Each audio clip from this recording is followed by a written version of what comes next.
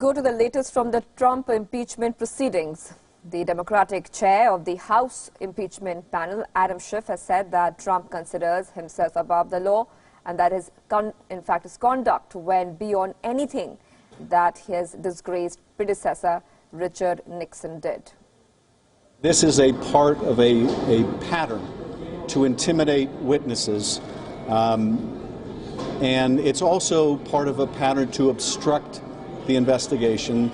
It was also a part, frankly, of the pattern to obstruct justice.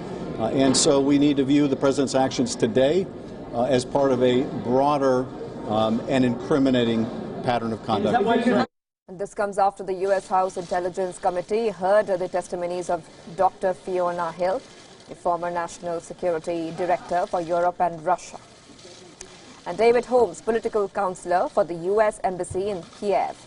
Fiona Hill said that U.S. support for Ukraine, which is facing an armed Russian aggression, has been politicized. Please rise. Raise your right hand. Ambassador Bolton wanted me to hold back in the room immediately after the meeting. Again, I was sitting on the sofa with a colleague. Right, but just in that second meeting, what did he say? Yes, but he was making a very strong point that he wanted to know exactly what was being said. And when I came back and related it to him, he had some very specific instruction for me. And I'm presuming that that's what was that specific instruction? The specific instruction was that I had to go to the lawyers, to John Eisenberg, our senior counsel for the National Security Council, to basically say, you tell Eisenberg, Ambassador Bolton told me, that I am not part of this whatever drug deal that Mulvaney and Sondland are cooking up. What did you understand him to mean by the drug deal that Mulvaney and Sondland were cooking up? I took it to mean investigations for a meeting.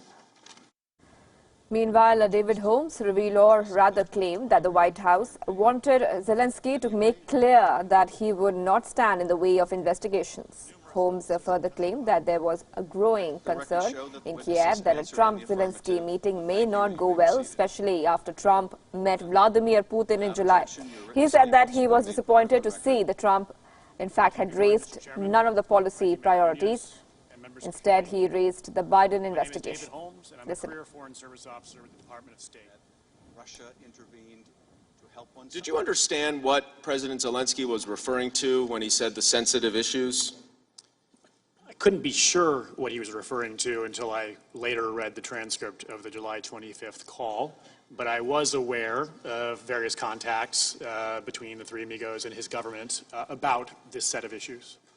And after you read the call, what did you determine to be the sensitive issues that President Zelensky referenced? The Burisma-Biden investigation.